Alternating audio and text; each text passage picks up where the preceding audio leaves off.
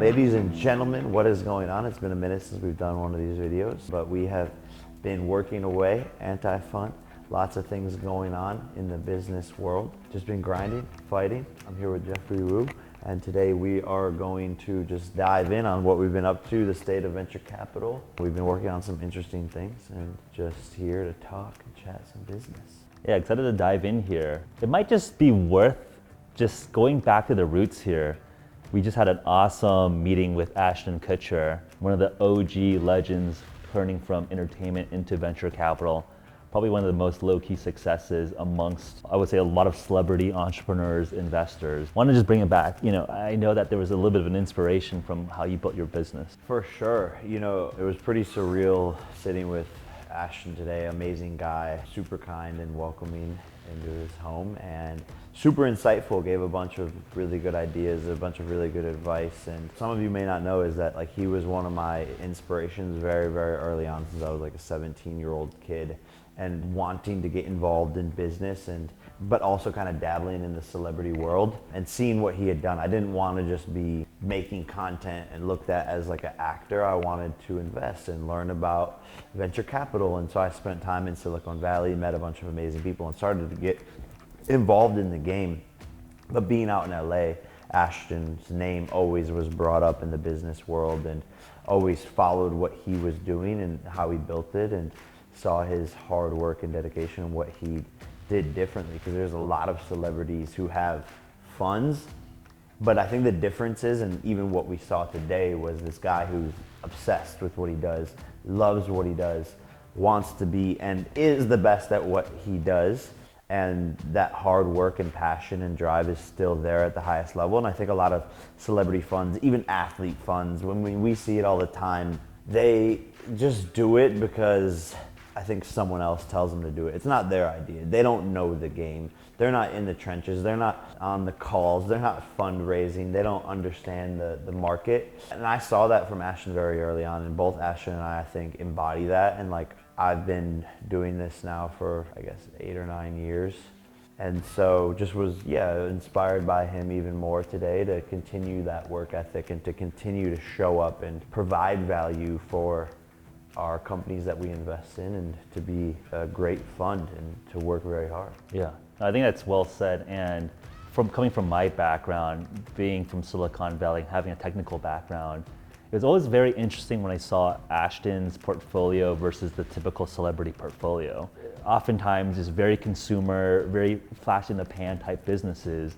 If you look at the portfolio of Ashton, A-grade, Sound, they've been in some of the most iconic enterprise software companies, really understand the business models, the recurring revenue, the technical infrastructure. And it's very interesting to see how he built the team around him, where he was world-class, where his partners were world-class, how their limited partners were world-class. I think that's informed a little bit of how we think about strategy, not just Jake's superpowers, my abilities, but also the immediate team and the limited partners and the extended ecosystem that we're building around ourselves. So I think behind the sheen of that celebrity glossiness, I've always been impressed meeting these people behind the TV screen, and the people with real substance. There's just a lot of layers of subtlety and nuance, where you have that sound bite that we'll clip this into TikToks and Reels and we'll get that 30-second talking point. But when you have a 60, 90-minute long form discussion, there's just so many layers of nuance about, okay, this particular conversation, this LP, how do we talk to a former president? All these levers I think are super insightful, and hopefully we'll, using these opportunities, share some of those insights as we learn and grow and evolve and scale as venture capitalists. Yeah, no, 100%. It's always good to see how people operate, in person. Everyone sees online the articles, the business updates. You kind of get hearsay throughout the industry, but when you actually sit down and talk with someone, it either goes one way or the other. And Ashton was, very, very, very impressive, and it's just cool to see that and to see him pushing. I wanted to ask you, and I'm sure the audience watching this, because I always go to Jeff for the way more deeper analytical thoughts on what's going on in the industry. because I'm still learning. I think that's the beauty of this, is as good as I am at instinct and product and marketing and understanding consumer and reading people and founders and networking and all that stuff, I'm always learning from people smarter than me in this world. And I just want to ask you, what and how will this Silicon Valley banking situation trickle all the way down to affect everyone essentially? I think we're always learning. I think that's like the mindset of like true winners, true champions. I think we've both met like, literally world champions, billionaires, and I think they're always learning animals. And I think that's an attribute that I've grown to appreciate from you. Just like you've accomplished so much at 26, and there's so much more to compound in the future. And same for myself. I still consider myself very, very young and learning, even though we have a lot of resumes of, hey, made the X million dollars, the Y deal, or the Z accomplishment in terms of patents or whatnot. But talking about Silicon Valley Bank, so over the weekend, Silicon Valley Bank was the second largest bank failure in US history. So this was at peak valuation a $40 billion market cap bank managing over $200 billion of checking account, savings accounts of people, as well as small businesses. And obviously, as the name Silicon Valley Bank entails, a lot of tech startups were banking with Silicon Valley Bank. The actual interesting thing about what happened with the bank run at Silicon Valley Bank is actually endemic across all banks, which is that when we open up a checking account, we give money to a bank, they take up all that money and invest it into different assets. And that's how the bank makes money. And that's called the theory of a fractional reserve. The bank takes all of our money, pulls it together, and they lend it out, they get interest on all of our pooled savings, and that's how they can afford all those fancy offices, the tellers, the services, the events. SVB hosted many, many fancy dinners and events that I've personally gone to. That's all great and fine, right? That is a theory of how banks work. But the problem is, and this is actually not just a Silicon Valley Bank problem, is that remember when COVID happened, interest rates went down to zero. If you check the interest rates today, it went from 0 to 5%, fastest it's ever been. During that time, Silicon Valley Bank locked up a lot of its money by letting the government borrow SVB depositor money for very, very cheap interest rates. Interest rates went really, really high, and all those bonds went down in value. It's not just an SVB problem. Literally every single bank has this mismatch, what's called loan duration mismatch. If you look at the balance sheet, this is just endemic across the entire industry. The unique thing with SVB is that because tech people are super paranoid, super online, and they're always just like wiring things digitally, $42 billion were taken out of the bank on Thursday. Before the crash? Before the crash. So they kind of sensed this coming, or? Well, in some sense, they sensed it coming and then caused it to crash, because literally no bank has every single dollar in it sitting there. Every bank is lending this out, right? When you get a mortgage, they're charging you X% to borrow someone else's money. Yeah. Like that's literally what's happening. So they can't get your mortgage money back and return it. Yeah. So that's just the nature of banks. Literally no bank exists where we can say, hey, if everyone pulled all its money all at the same time, every single bank would fail. It just happened to be that SVB was the first one where all these tech paranoid people realized this all pull at the same time. And also I think, which is relevant to us as VCs, tech funding has slowed down a little bit given the recession and the drop in the tech market. Yeah, there seems to be a lot less deals, a lot less hype, a lot less new companies even being formed. I think people know it's like a tough time to Exactly, so when you have less venture capital dollars being deployed, companies need to use more of their funds, you have this interest rate duration mismatch, and then you have tech people being crazy paranoid and super digital. And like literally, I was in so many founder groups being like, hey, like, should I pull up money? That I think was like a very unique maelstrom where there's a bank run essentially on SVB and it went down. But the good news, the plus side, is that regulators and government actually realize that this is a very bad thing. Like, how did you choose your bank? Like, or when you're like, how did your parents choose their bank? Like, I think for an average American, like Wells Fargo is red, First Republic is green, Silicon Valley Bank is blue. I think we kind of arbitrarily pick a bank. We're not looking through the balance sheet. I don't think we should look through like the balance sheet of a loan. So what the government decided is that, hey, we are going to guarantee the deposits, right? This is you just opening up a checking account and making sure you can get your money back. And the important thing is it didn't bail out SVB. So like the investors, shareholders, management team, these people that owned $40 billion of bank stock, that got wiped down to zero. So a lot of people that own Silicon Valley Bank, investors, the people that were bank managers, they got wiped, they got hosed, they lost billions of dollars. But the good thing is that startups, small businesses, individuals that had a checking account, they could finally get their money out today. So that was kind of a history of just like what happened in the last 72, 96 hours. So what's a TLDR for like a startup today? With all that being said, it's like, what will this have an effect, or are people just going to be a little bit more fearful moving forward, or how does this like trickle moving forward if they actually are getting their money back?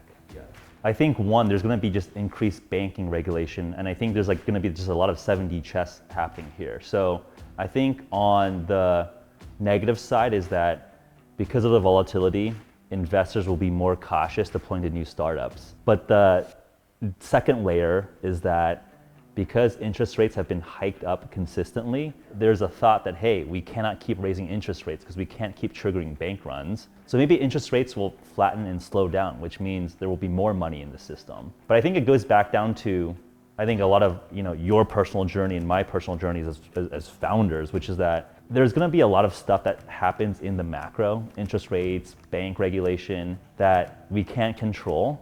I think as founders, there's just things that we do control, and I think that's what we got to focus on. Yeah, like I think when the crypto market crashed, like earlier, so many people were freaking out. Friends were texting me, "What are you gonna do? Did you sell your crypto? Oh my God, like I lost so much money." Like, no, you didn't. You only lose money if you sell. If you are playing a small game as an entrepreneur or as an investor in general, then you're in the wrong business, because this is a big game. It's a long game. It's what you do over the course of a decade to 2-3 decades that really matters. And so when everyone's freaking out, I'm like, no, like I believed in this in the first place, and knowing why you got involved in the first place and trusting your own instincts. So when everyone else is freaking out, that's when you double down. Exactly like what I'm doing in boxing. It's like, lose, how is Jake gonna react? Oh, is he gonna give up? Oh, no, double down. So it's doubling down when others are freaking out and playing the long game. And I think as an entrepreneur, like these things are always gonna happen in some sense or another. You might not expect it. It might be even something in your personal life. It might be something that you're dealing with, like a bank.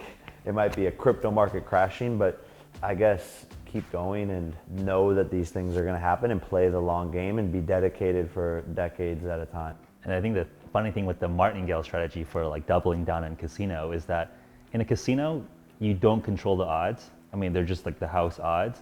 But with entrepreneurship or with boxing, right? Like, we were just having a conversation. How do you restructure your time, energy, the staff, the team, right? Like you can actually control these odds. And as an entrepreneur, okay, like what are we focusing on? What are we cutting? Are we laying people off? Are we investing more into this product or this strategy? So even better than just a casino analogy, which is like, hey, we give ourselves to the odds of the universe. No, we actually can control and stack the odds in our favor. You cannot give up, you double down, but you stack the odds in favor. Once you learn the odds in the first place, okay, how do we manipulate the odds or the infrastructure to have a better shot next time around? Yeah, and just learning, like you said, from these instances, from these moments, and continuing to sharpen your blade, your entrepreneurial blade.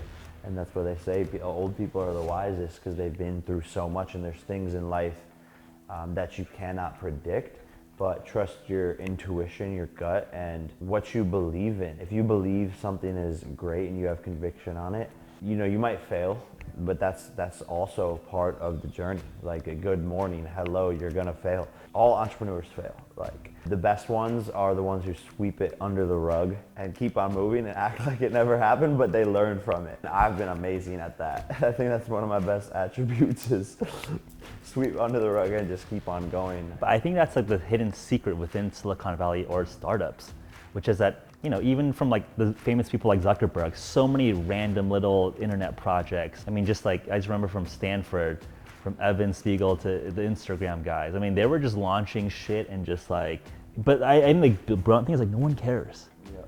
Like I think if you're a Jake Paul and you have the audience of Jake, everything is so scrutinized, but luckily for 99% of us, the good thing and the bad thing is that just literally no one cares about your L's. Yeah. So if you have that luxury of no one caring about your L's, keep firing, because if you have the luxury of someone actually caring about your loss, that means you're someone. Yep. But and even if you have the scrutiny, right, which I've seen with you, over the last couple of weeks, taking a very, very public, embarrassing, humiliating, just like, disappointing experience and coming back, I mean, that to me is like that real sign of a true entrepreneur, a true founder, a true athlete, a true champion, things. everything, right? I think one thing that just reminded me is that I feel like as we've just moved in all these circles, just the best of every single industry all meet at the same parties, right? Whether it's like you're in politics, you're in business, you're in athletics, you're in entertainment, they're all at the same room. And I think what I've realized is that they're all playing the same game in some sense. 100%. And a lot of people have the same mindsets and the same ambition and the same drive and hunger to be great at whatever it is that they're doing. And I've always said this as like a saying, but fitness is the first step to greatness. It's commitment, it's drive, it's hard, it's challenging. You don't want to do it every single day. So if you can get the habit of getting into the gym on a daily basis, then odds are you're going to be successful in other areas of your life. And pretty much all the super successful people that I know are also very healthy, care about that side of their lives. And it's those things that spread all across your world. So if you're like, even watching this, I don't know how to be an entrepreneur. Maybe the first step of your business journey is actually your business of yourself and your own mind and body. Kind of separate discussion, but no, I mean, philosophically, I think that's like the right thing, right? Like you are your own best project in some sense. Yeah.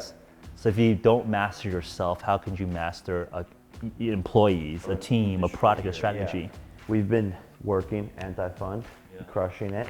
I don't know where we want to like start with the updates, but working on some cool things. I think maybe like Better would even be a good place. Yeah, I mean, let's give the business update on Better just to start, because I think that obviously we've seen you in front of the camera with BS. We just signed Bo Nickel on the media team. I mean, just making huge moves on the media side. Mo launching Better Combat. A lot of exciting things coming in the Better world. Got approved in Massachusetts with a gaming license. A lot of the people that we're competing with are just in a different generation, and so that's where our differentiation lies. And even speaking with Ashton Kutcher today, he's like, the biggest thing about the sports betting companies is that their customer acquisition costs, CAC for short. We, through Better, have found a hack for that, and it is working fantastically, and we've virtually spent no money on marketing and have exceeded all of our numbers, our projections, everything that we said we were gonna do, we've done it and more. And so it's just been really awesome. I think we're up to, I said the number the other day, what is it, like 40 employees now, or do they say 50? 50 now. Jesus. And remember, literally like last summer, it was you, me, Joey, in Puerto Rico, like walking and talking and then doing a little handshake on the beach. And I feel like we still need to do that reenactment for like the documentary that happens about the Better movie. Animate it. It seriously happened like a movie. Yeah, just a couple of dudes like ideating this thing just about 18 months ago. So I think just even from a speed of capital formation to team building to, I mean, we both didn't have gaming experience coming into this industry, but I think Joey obviously super experienced in that industry. And I think that complementary skill set of, I think me appreciating sport from like a cultural phenomenon, you just understanding the pulse of people and just building that insane organic pull, and then Joey coming from the gaming industry, that feels like that magic combination of all the necessary requirements to build a great business, right? Like you have world-class people in their specific areas, bringing this together and then telling the right narrative and delivering a great product. So yeah, no, and it feels like we're just getting started and warmed up. The offices in Miami, we're super excited about. There's energy that's brewing there in a weird way, like reminds me of my old content days, of like how amazing the content that came out of this creative hub. And that's like, you can't just like turn that on overnight. And so on the marketing and the creative side of things, there's this like magical ecosystem that's being created, and this like family of creators and characters that's growing, and people are loving it, and we're having so much fun with it. And the sports media side of things has been taking off and signing more and more athletes as we speak, more and more talent as we speak, and launching and changing and updating the product over the next couple of months to embody more things and to offer new. I was about to blurt it out, but like the product roadmap is gonna be sick. This is the problem with business, and I fucking, like, maybe this is even something to talk about, because I'm always the type of person that just wants to like talk. But once you get to a certain level, it's weird. You have to embargo announcements. You can't talk about everything, which is annoying. But it's part of the game. So just know that if you're super passionate and excited about things like I am, that once you get to a certain level in your company, you're gonna have to like hold announcements and hold information and wait till things get released and are for sure. And that's annoying, but it's part strategy, right? Layers. It's part of No, but like I think shout out to Alex on the product side, and then I think to the media side, I think just seeing the warehouse, the team that Mikey has put around you. In such a short time, it's and dope. Derek and Marco and Anthony and Jasper's involved now, and Bo Nickel, Schmo, Johnny DeJulia, like just the list goes on. But it's really awesome to see, and like you said, it's only been 18 months and we're competing already at the highest level. If you look at like the gaming operators that are getting licensed in each state, it's like $1 billion company, $1 billion company, $5 billion company, $5 billion company, $10 billion company, $10 billion company, and then better. So playing with the big boys deep in the ocean, and I think we're doing a lot of things better than them, and we've come on here and talked about it before, like a year ago, or a year and a half ago, I guess. I think we basically probably just teased a little bit of it at the time, so. But executed, and I remember a reporter asking me on like the interview, it was like a snarky reporter, that was like, well, how are you gonna change sports media? And I was just like, kind of pissing me off. I was kind of just like, just watch. But yeah. I mean, the best revenge is serving it cold, right? Boom, just drop it. Any other areas that are in terms of tech that are, piquing your interest? Obviously, the crypto boom and bust, but there's a lot of interesting technologies being built in that area. We've actually been quite stealthily active in this area, including a lot of the innovation around zero knowledge proofs. Also, a lot of stuff happening with AI, like the current hottest thing within tech. Curious in terms of, as you're meeting folks, you're thinking about new concepts, any interesting technology areas that you're particularly excited about?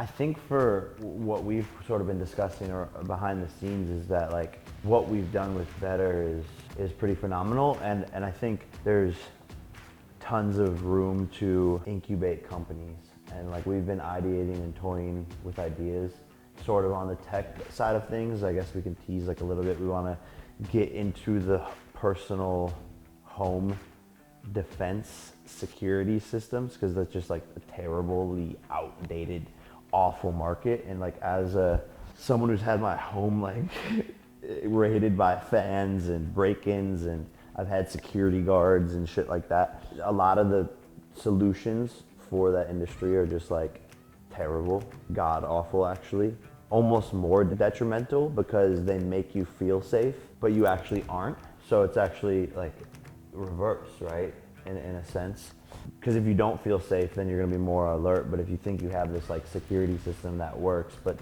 then you're not alert, then people can catch you off guard. But yeah, that's like one area. And I think the first time, you told me about, like, look, Jake's fucking crazy. And then I think we actually looked into the technological and hardware underpinning, and you look at the acceleration of computer vision, generative AI, identification, and like the lowering cost of hardware. And then you think, one of our portfolio companies, Anduril, is leading the charge in terms of military contracting hardware. Well, they're what inspired me. Yeah, so I saw this and I was like, wait a second, we need Anduril in home. and so I think the actual technological underpinning behind what could seem like, oh, it's a harebrained idea from Jake Paul, is actually, hey, like, if we actually unpack this and you see multi-billion-dollar exits already in home security, there is something there. And I think, putting the bat signal out in terms of folks that are looking at hardware, computer vision, drones, with the application to home security, come talk to us. Yeah, and I think one of the best things that I've seen like entrepreneurs do is They have a problem that they want to fix for themselves, and then they just do it, and it can become a massive fucking company because guess what, human? Probably turns out that another human is having the same problem as you, and if it's a big enough problem, you know, that's all business is solving problems. I don't know, it's like the really simplified version of it. I want food, okay, I go to get food, like that's a restaurant business, like Uber Eats, Postmates, but most likely someone else is having the same problem as you, and so I even just want to build the company for myself because I'm paranoid. Paranoid survive, right? But yeah, I think a lot of like toying with different incubation ideas.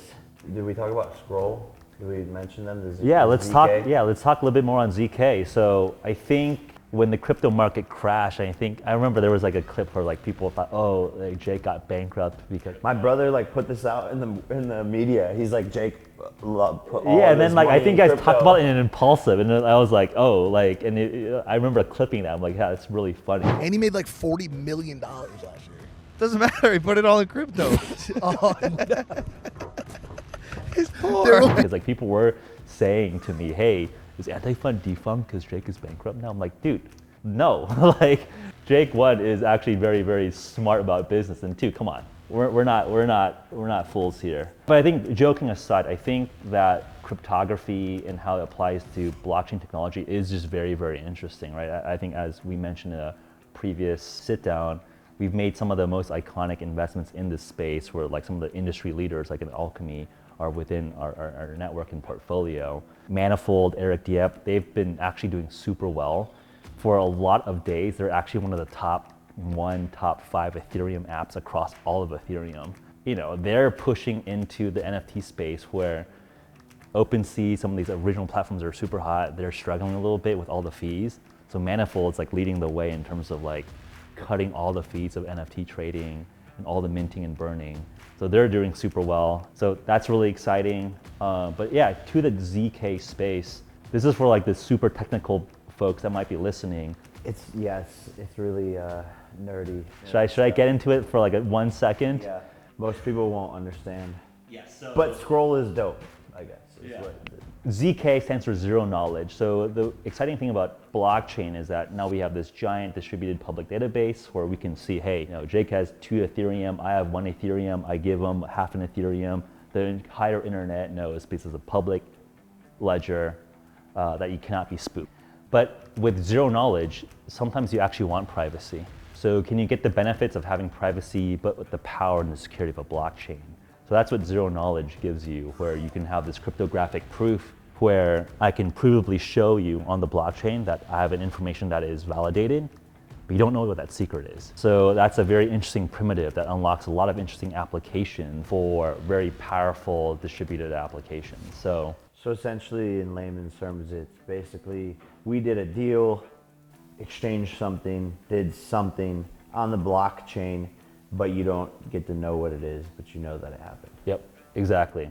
Very eloquent. So we've actually been stealthily making investments in that space. Scroll is the leading ZK rollup for Ethereum. They're doing amazing. They're a super smart team, literally writing research papers, and we're able to luckily back that team. And then another team that's building in that space is Axiom. One of my good high school friends, we were doing math competitions together. Now he actually just kind of stepped back from being a professor at University of Chicago to launch Axiom, and he's doing some really good stuff there. So anything in that ZK, bleeding edge, hardcore crypto stuff, we're super excited about the potential there. We're not crypto tourists. In some sense, I think we're more hardcore in our investments than like the most hardcore crypto investors, just from like a couple of those names alone. I mean, I'm getting questions from up and coming YouTubers, TikTokers, creators. They're looking at, you know, what you've done, what we've done with Anti-Fund, and being like, hey, how do I get smarter around business? I think the next generation of creators and young people are pretty savvy in watching like the very best internet celebrities become true business moguls, and I think they're just starting earlier and earlier.